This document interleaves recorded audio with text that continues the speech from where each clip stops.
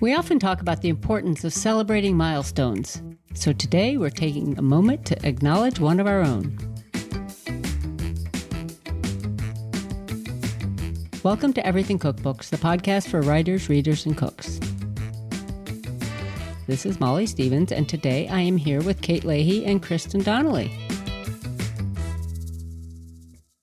Hello. Hey, Molly. Hey. So, the end of season 7. I mean, it's not a huge milestone, but... No, it's a big one. And we passed 200,000 downloads recently. Yeah. That's right. So we thought we'd take a little moment just to sort of look at, what we did this season, maybe what's coming up, and just sort of, what's my turn, chit chat about things.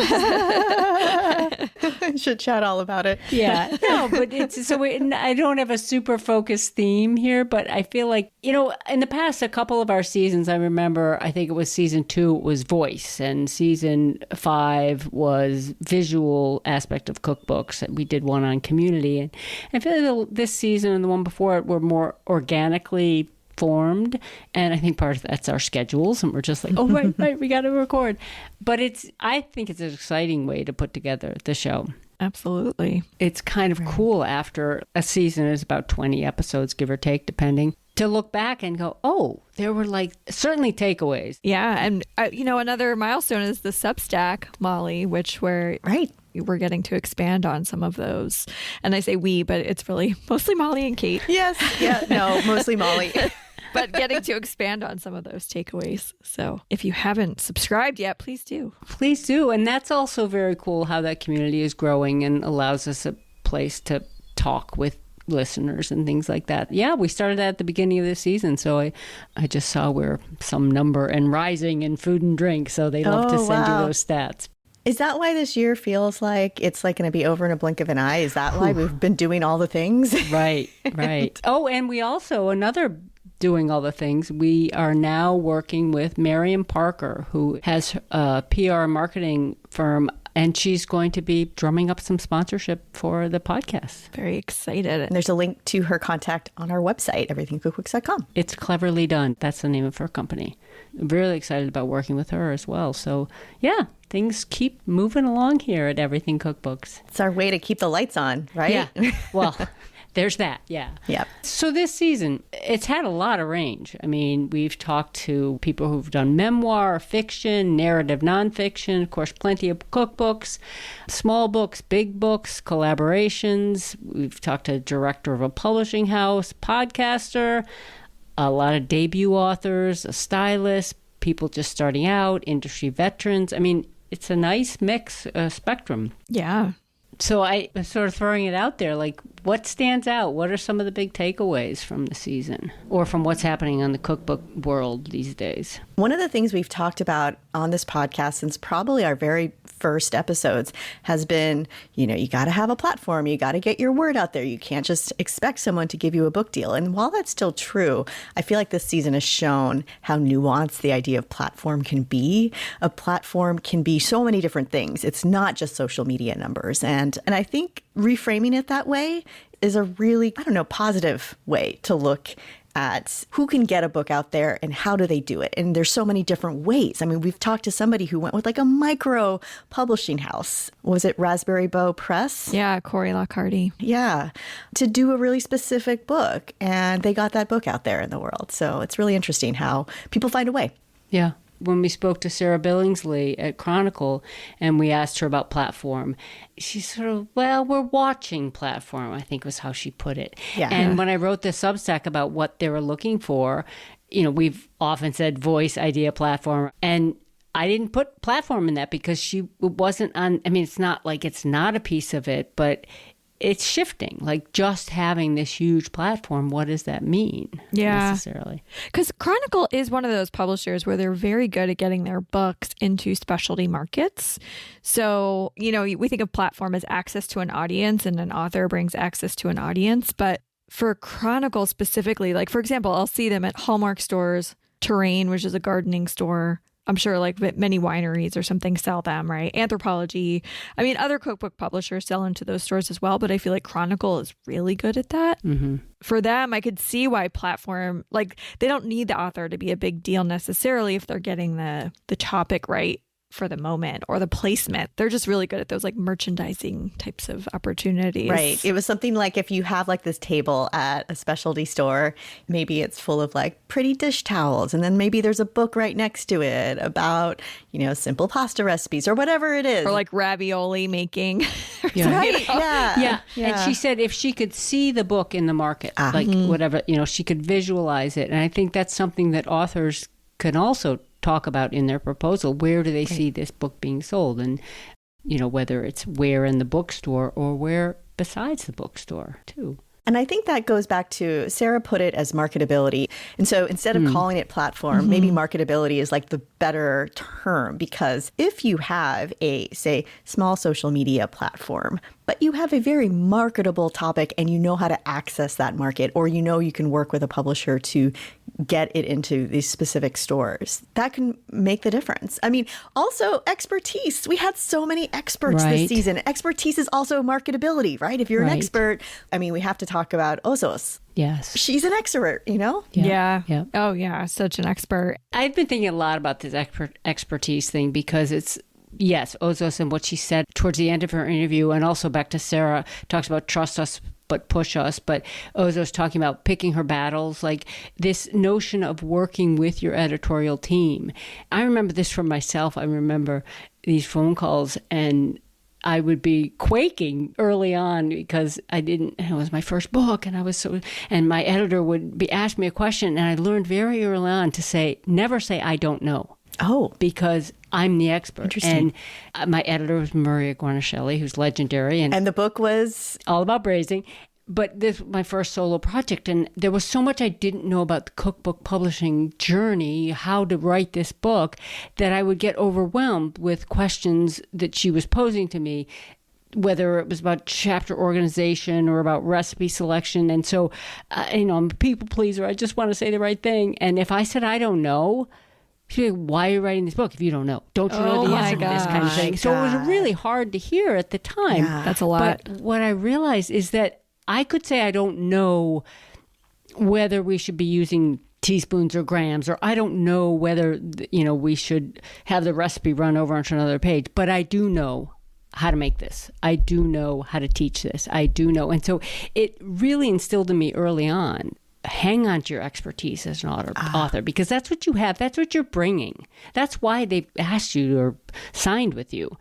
And so when it gets down to the conflict and tension, which, there's often going to be in a publishing journey with your editor, just know that you're the expert. What did Sarah say? She said some of her best books are when they don't necessarily agree and they get to it's like each side pushes each other to make a better book in the end. Right. Yeah. Yeah. We talked a lot this season with authors who were pretty forthcoming about the various tensions during the editing process.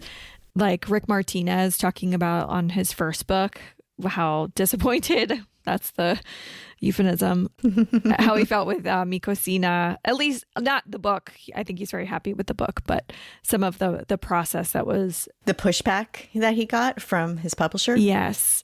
And perhaps maybe not treating him as the expert that he is. And Sarah talked about that too, sort of like trust us, because yes, they're experts at putting books into markets and for them to sell. But then she said, but also push us. But yeah, Rick was pretty forthcoming and basically got full creative control for his second book. So he just got to really enact his vision, which is amazing. Right. And his first book was so successful. His first book was very successful. So he had the proof. The upper hand. Yeah. Well, how about Victoria Granoff? I love that for sure. interview. Who, a similar story, her first book, she wasn't happy with the way the first book came out, and it reminds me a little bit of my story. I really didn't know what was going on. There was no Everything Cookbooks that I could go listen to and learn all this. Podcasts? There weren't any podcasts. There was just radio. I was writing with pen and quill, a feather quilt. Yeah. Yes. But she was unhappy with the way that book came out. And then, however many years later in her career, a couple of decades, had a chance, to come back and do it again. So this notion of coming back to something if you're not happy with it, or, what you learn on you. But another thing that I don't want to keep, Ozos's interview was so quotable, but this notion of the team comes up again and again. And I think we're kind of talking about that. But this notion of realizing, she was talking about putting her faith in the team, and that She signed with his publisher, made that choice.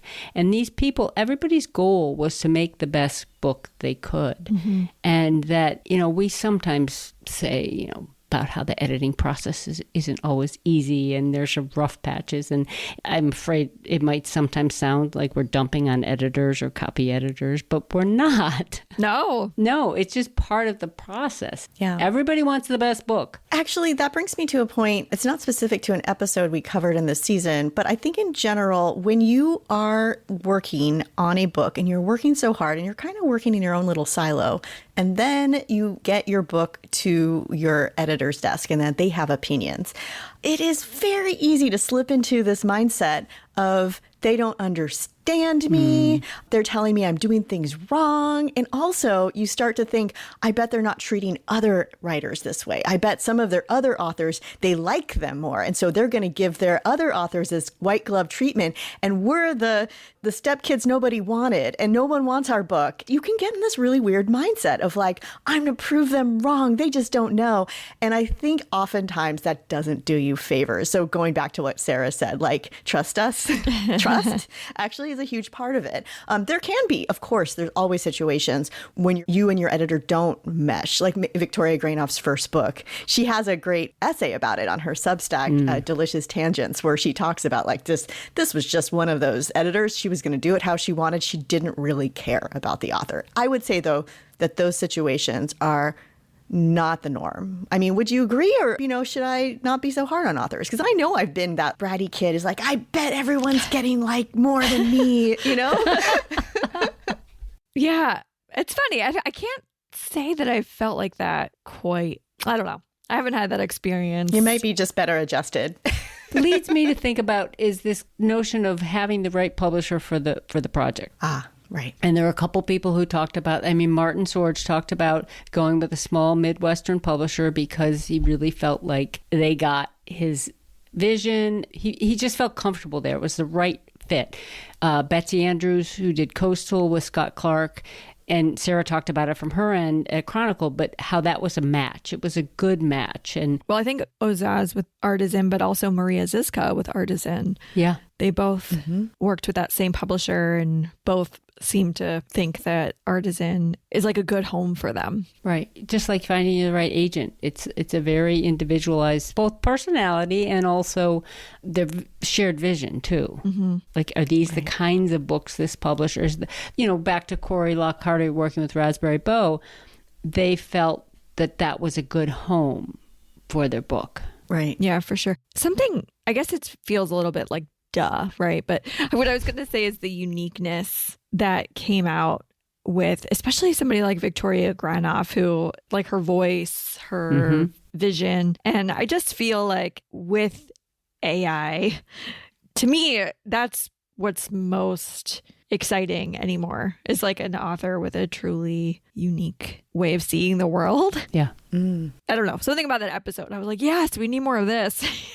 Right. Yeah. And I think we heard that from a lot of the authors this season. Again, what do you have to say, as Andrea always says? Yeah. And I think that's true, too. And it oftentimes, dovetails with expertise, because like I'm thinking of like Camilla Wynn with Nature's Candy, such an expert, such a great voice too, like her teaching voice and her way of recounting history in a way that's easy to understand. Like, it's a unique voice too, and the style of books she puts out. And, she's worked on jams. This is Nature's Candy. But she also talked about finding the right home for the book. And that wasn't that easy either. Sometimes when you do have a deep, specific topic, not every book is for every publishing house. Right. Yeah. And she's moved around. Right. Different publisher for every book, I believe. I believe so. Yeah. Yeah. Also, let's talk a little bit about how certain book ideas came to be. I think Rachel Bell has a very original origin story for her book, Open Sesame. Like, she wasn't, 5 years old dreaming one day to write a cookbook about sesames. Right. But she ended up in a situation where she had met people because she leaves her house. She meets a lot of people. Leaves the She house. gets excited about certain ingredients. And then when Sasquatch Books really wanted a book about tahini, they thought about asking her. And she's like, wow, of course, I would love to do that. So there's other ways you can get your foot in the door. And that's kind of interesting, too. Yeah. We had that last season with Caroline Cho and her Bancham book. Yeah. That was a Chronicle book, right? Right. it came through them first. Yeah. Well, and I think one of the words of the season was Victoria Granoff again, but the portfolio career. Yes. Yeah. And we used to say multi-hyphenate, but I think portfolio is much more interesting, and how a lot of people, the book is just one piece of what they're doing. You know, Betsy Andrews, age 60 or in her 60s, has written her first cookbook, you know, after a very strong career doing a lot of other writing. Right. And poetry. Yeah. Also, Barca Cardoz, she published through Burlap and Barrel, right? Right. Yeah. Love and Masalas. Self-published, right? I mean, would you call that a self-published? Yeah, I would say so. Yeah, I guess so.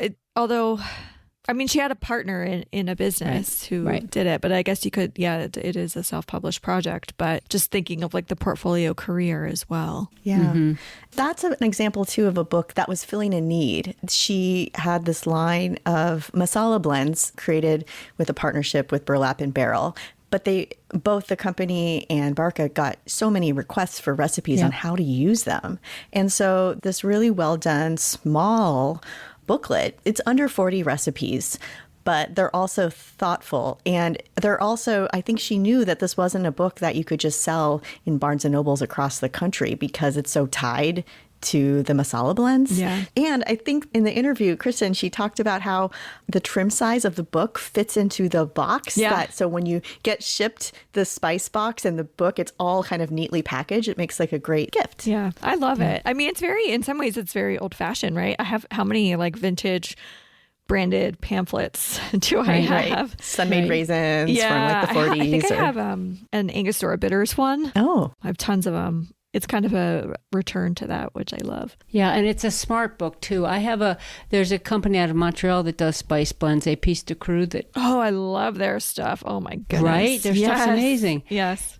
They came out with a book, and I was at an auction, and you could bid on things, and I was like, oh, I love their stuff. So I bid on it, and it was this pack of the spice blends with the book. But the book is hard. It's like hard to figure out just the way it's organized. I mean, the recipes are great, the stories are great, but if I will like go to the box of spice blends and pick up their whatever 1,000 Nights, they have a lot of whimsical names. I go pick up the spice and I go, okay, what could I make this with? I can't go to the index and just find that spice and find, like, I want a chart or something to kind of steer me. And it just means I need to spend more time flipping through the book and finding things and discovering things. But I mean, that's a very useful thing to have these products and then have a book that helps you use them. We had another branded book. Yeah, Pujaba Vichy, which, as Kate pointed out, that's less about using the product and more about recreating her ice cream. And spreading the brand. Oh, for sure, spreading the brand. Yeah. I guess she does do a lot of desserts, though, where you can go buy a pint. Right. I think she even says, like, any kind of ice cream you want. If it doesn't have to be. Because she knows that she doesn't sell, you can't go into any store around the country and find her pints, like they're in specific markets at this point. She was a great interview for the way she talked about why she knew now was the time to write the book. Yeah. Even though she did get, professionals in the publishing industry said, maybe you need to grow a little bit bigger. Maybe you need to be a bigger company before you write a book. And she thought, no, actually, I think this is the time. This is the time I want to do this project. And she just trusted her gut on that. Yeah. That was a great interview. Also, talk about like interesting photo shoot situations. Because Martin talked about his photo shoot. Yeah. We talked about the photo shoot for Malai, the press on nails. I'll never think of those in the same way. Her photos, the Malai cookbook is beautiful. And then I started looking at the fingernails a little bit more closely. Yeah, the colors on them. And I knew how hard one that was. Yeah. Photo shoots in general, they're so exciting, but they're also so exhausting. Yeah. We had some great stories, like Camilla's story about going to Paris and trying to find some product that nobody in Paris uses. And Crisco, I think it was right, to fake a buttercream or something. But that's right. I think, yeah. Yeah. And then the other photo shoot story that just the Rick Martinez of just masterminding the studio, the whole. Which he built with money from a book tour, which I thought was so great. So great. Let's talk a little bit about money, because I know Maggie Hoffman, we had her on. We talked about, how she launched her podcast, which interviews a lot of cookbook authors, not about the cookbook writing process, but what they're cooking on a daily basis. What do they cook when they have no time? what do they cook when they're tired? What books do they cook from besides their own? I love that part. Yeah. Yeah, that's so smart. And she separately, she had a post on Substack all about the realities of podcasting and how much it costs and what her strategy is. So that was really interesting. Yeah. And then Martin Sorge just thinking about his life as a freelancer, basically as a startup business, which is really interesting. I've never heard anybody put it that way, where he's like investing in a startup. It makes sense because of his career was in economic development and he worked for the government. So he really got to have a front row view, I think, for a lot of businesses. And he mentioned that, he has a supportive spouse who's carrying. Yes. Yeah. And that he's not, young starting out. He's, worked for quite a while and put away, saved money to do this. And he shared Sally Eckes. I think we talked about Sally Eckes Every interview. No, but he shared something Sally talks about with you're thinking of your cookbook as a big, beautiful business card. And I think that sometimes you just want a book as part of your portfolio career. It's something that you're going to invest in, and it may not be like a big book, or it may not, shake the world, but. Oh, that's interesting, too, because we talked to Satanya Dakers, and she also has a podcast like Maggie, but her podcast is called Dinner for One. It was because of the podcast that she got noticed by a literary agent who said, hey, would you want to write a memoir? Right. And the memoir is also called Dinner for One. But she sort of just put it out in the universe that she really wanted to do a book. And then Lee, her agent, found her. She wrote a memoir, and it's this anti-fairy tale of falling in love, moving to Paris, but things don't end up happily ever after. In terms of a couple, she ends up happily ever after as a single woman living a wonderful life in Paris. But she was so delightful to talk about the process of really like mining your life and figuring out what part of the story of your life you're going to talk about. Yeah. And food memoir just gets bigger and bigger. And I love that I think, having been around for however many seasons we've been around, we're loosening up the bonds a little bit of what we talk about. And so we talked to Satanya, who wrote a memoir. We talked to Adam Roberts, who wrote food fiction. Yep. Yeah. But it's all about the cookbook universe. And it's his experience as a cookbook writer and recipe developer, all those things that go into informing that. And I had no idea he had ghostwritten a cookbook, but he couldn't tell us for whom, because NDAs. So he, I believe, ghost wrote a cookbook for a celebrity. Yeah. The celebrity was well behaved and nice, but he thought, what if the celebrity wasn't so helpful and nice? And what if I had basically somebody kind of like a Lindsay Lohan using a cookbook to rebuild her career?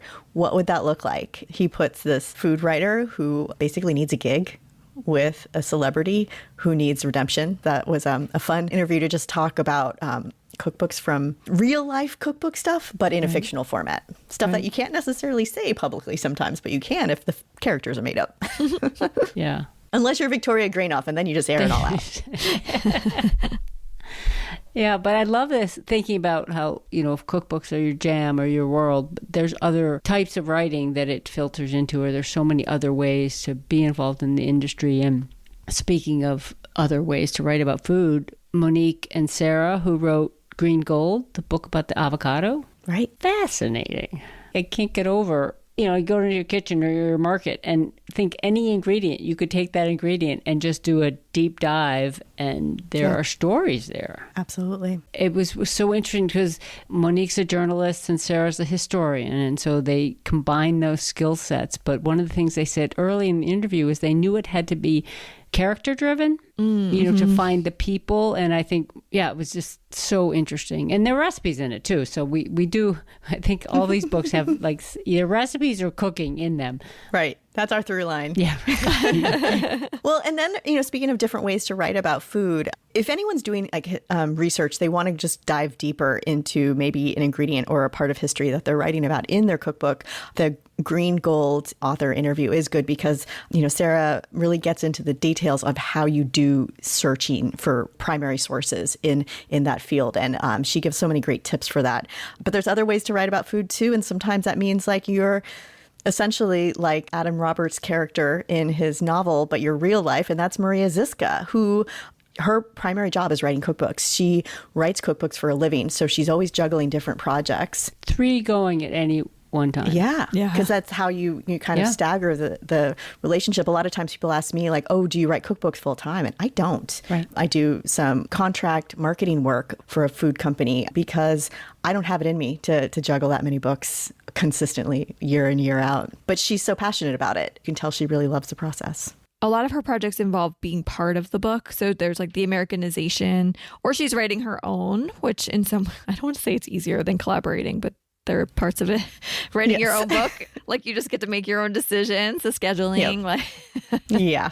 so I'm not saying that what she does is at all easy, but just that it's not always that she's like writing 3 books at a time. There might be one that's undergoing Americanization, one that she's writing, And one that might be in copy edits that she's going Correct. through, or Yeah. you just have to stagger that flow. It's such an important conversation, I think, because so often we talk to people and they're like, well, I can't make a living writing cookbooks. It's like, not if you were one at a time and take a long time to do them, but if you are able to be involved with various projects, use your expertise, back to your expertise about working on various projects, it can be done, but it's a lot of juggling.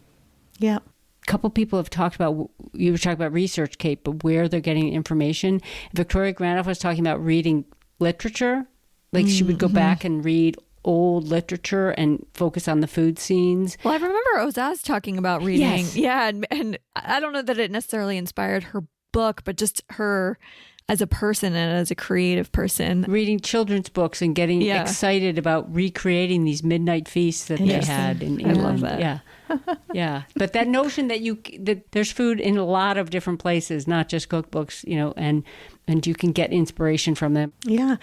And this isn't from this season, but last fall we spoke with Sarah Chamberlain, who wrote a book that also had a sort of a ghostwriter and a chef coming together to write a book together. But that interview talks about food and fiction. And we mentioned some of Sarah's favorite books. And I think Like Water for Chocolate was high on the list. So if you haven't read that one, or you haven't in a long time, and you just want to play with language a little bit more with food, could be one to revisit. Yeah. Oh my gosh. I know. Okay, can we talk about comp titles? Because it seems like we can't talk about comp titles long enough. So that was not a guest. That was just us.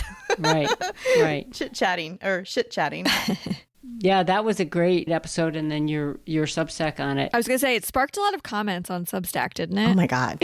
People had opinions. I had no idea people had so many opinions. Can you remind us of some of them? Some people were very specific on how they worked comp titles into their proposal by saying these books exist, but they are not doing all the things my book promises to do.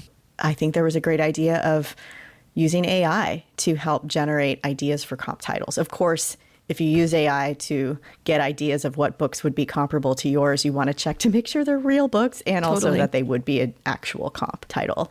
I'm trying to remember some of the hot takes. I think people just really had ideas about comp titles and they wanted to share their thoughts. And I just didn't think something about comp titles would have as much resonance, but I wonder if it's because comp titles are more important than they were, say, 10 years ago. For sure. And I think it all comes down to, I think proposals have to be leaner now, so editors have time to read them.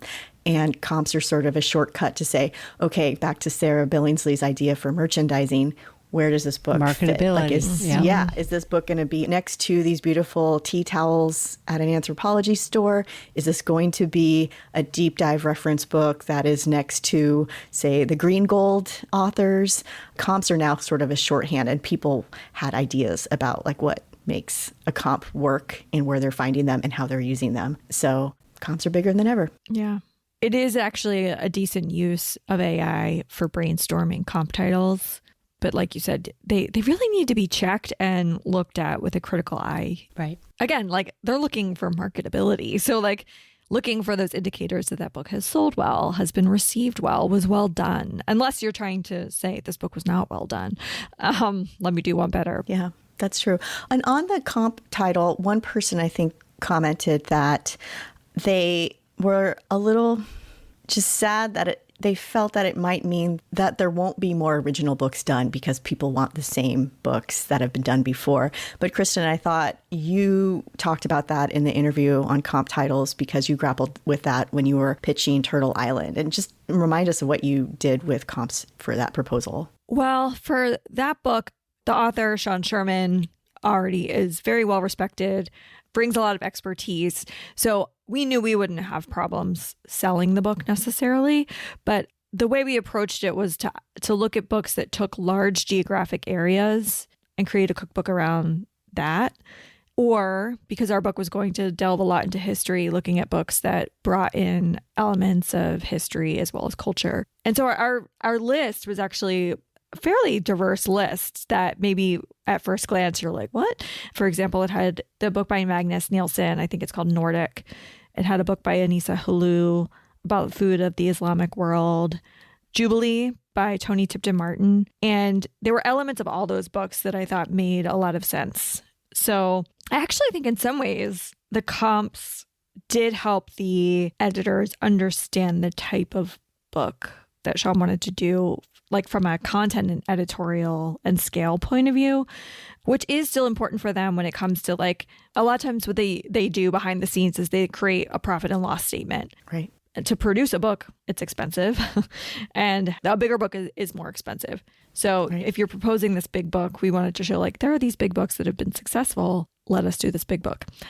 So I feel like in some ways that's what the comp titles were doing. It was this mix of like showing the editorial scope and scale, but from a business perspective, showing that a big book can sell. Yeah. And I think that's probably what's more important with comps today than say, my book is going to be better than these books that are already out there, which might have been more of the classic way of doing it. Yeah, I feel like that's how I was approaching it way back, like when I first started with cookbooks. And now it does feel like a slight difference. And I just go back to what you said about thinking critically about the comp titles, like really understanding what it is that this book is doing that's similar, dissimilar on a really big level. Yeah. Like I think actually going back to the Sarah Billingsley episode, she mentioned a new book that Chronicle has coming out this fall on pizza. We know there's a lot of pizza books, but she said this is the first deep dive pizza book that's been written by a woman.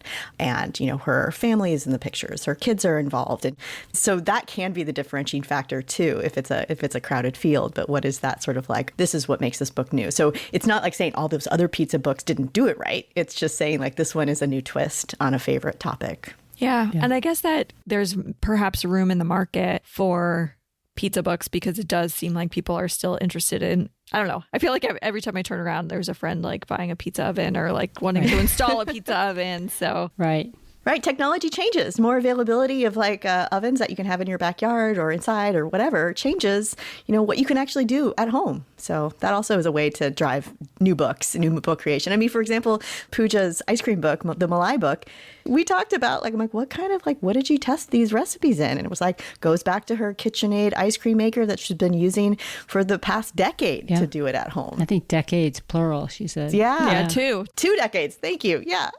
That's pretty awesome. Yeah. That's really cool. Also, it's interesting. A couple guests this season talked about having listened to Everything Cookbooks during their book creation process. Yes, I know. We're at that level now, like at that longevity. We've been in some acknowledgments. Some people have thanked us for either keeping them company in the kitchen or, giving them information. Yeah. Speaking of, so I find this interesting. I'm switching from this past season to talking about some of our most popular episodes. Yeah. It's very interesting to me that a lot of our most popular episodes are super nuts and bolts how-to. Should you write a cookbook remains number one. That's our first episode. Makes sense. But things like writing recipe titles stays in the top 10, which is so fascinating to me. And then also rejection and recovery, which has a little bit of a how-to. And then writing proposal, very much how-to. So something I'd love to just pose to you, our listeners, is if there are how-to nuts and bolts things that you've been wondering about, let us know because we can incorporate that into our next seasons. And we see how much people already love hearing these things. And I'm sure we have a lot to share on lots of different topics. So. Once we get going. And then we can revisit, we can always go back and revisit recipe titles. And if there's ones that you said, oh, you did your recipe titles, but I'm curious now, has anything changed? Like, let us know. Yeah, I love that. So speaking of those nuts and bolts episode, we are taking a little summer break. For the next 6 weeks, we will be re-releasing a selection that Kristin has carefully curated on Voice. They'll come out every week just the way they always have. And then we'll be back here, I think, the end of September with a whole new, fresh lineup. We've already started recording some of them. I'm excited about the fall. What are you thinking about the fall season? Not just our season, but cookbook season. Thoughts? It's going to be a big one for baking. It's going to be a big one in general, but I think baking books, there's going to be so many good ones that are so also specific to certain cultures or parts of the world.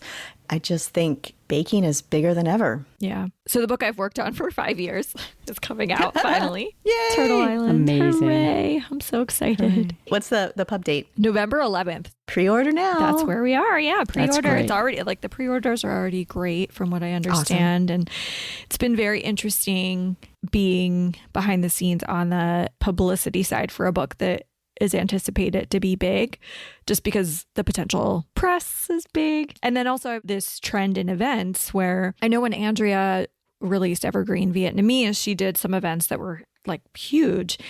And I've just noticed, like, for example, Yoda Madolengi is coming to Philadelphia and filling like a large theater. Amazing. It's really interesting that cookbook authors, some of them, Rick Martinez, for example, I think Eric Kim had a fairly big tour, but they're attracting audiences at this level. Yeah. And I think Sean Sherman will do some of those types of events. I don't have details on anything yet, but I'm seeing them working on, and it seems like just a great way if you have that following and you don't mind being in front of an audience. Yeah. Sarah Henkin is a friend of mine who is the manager at Omnivore Books in San Francisco. I talked to her about events and whether or not she's seen changes. And she said since the pandemic, since the world opened back up, the number of people who come to a single author event who has a significant sort of parasocial relationship with their readers, the audiences are so much bigger. It used to be sort of pre-pandemic, if Deb Perlman came to Omnivore Books, it was a huge crowd.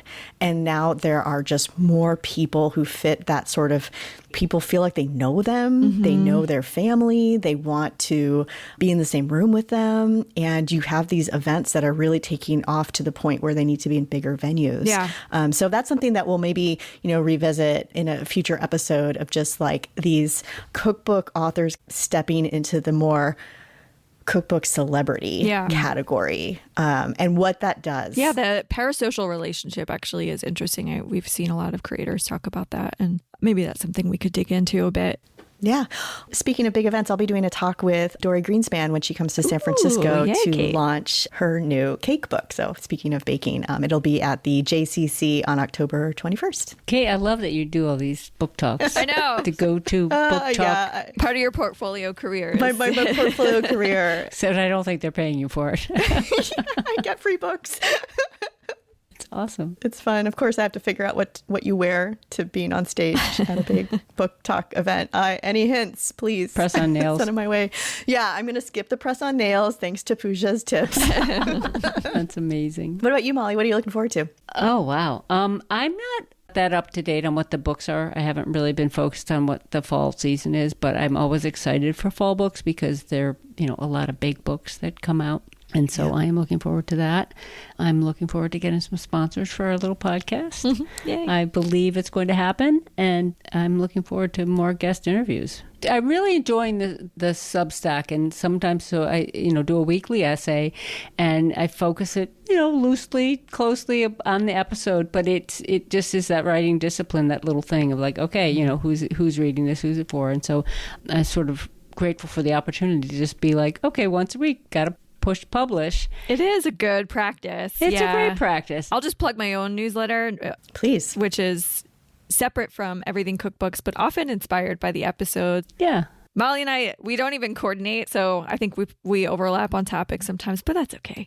We have our own ways of looking at it. Yeah, it's kind of fun. I think they complement each other, but the discipline for me, like I did miss a couple of weeks, I think in the spring when I was just so overwhelmed and burned out, and it felt weird. Like I was like, it wasn't even about letting people down or anything, but it felt like off. Interesting. Yeah. And it's been it's been a couple months now. And, it's this funny thing where like, I write all the time, but not for publishing. I also do some work that's my name's not on it. So it doesn't really, but having that weekly thing where you're putting it out but you just keep doing it and have faith in the process. So that's inspiring because it's on my list to do this year.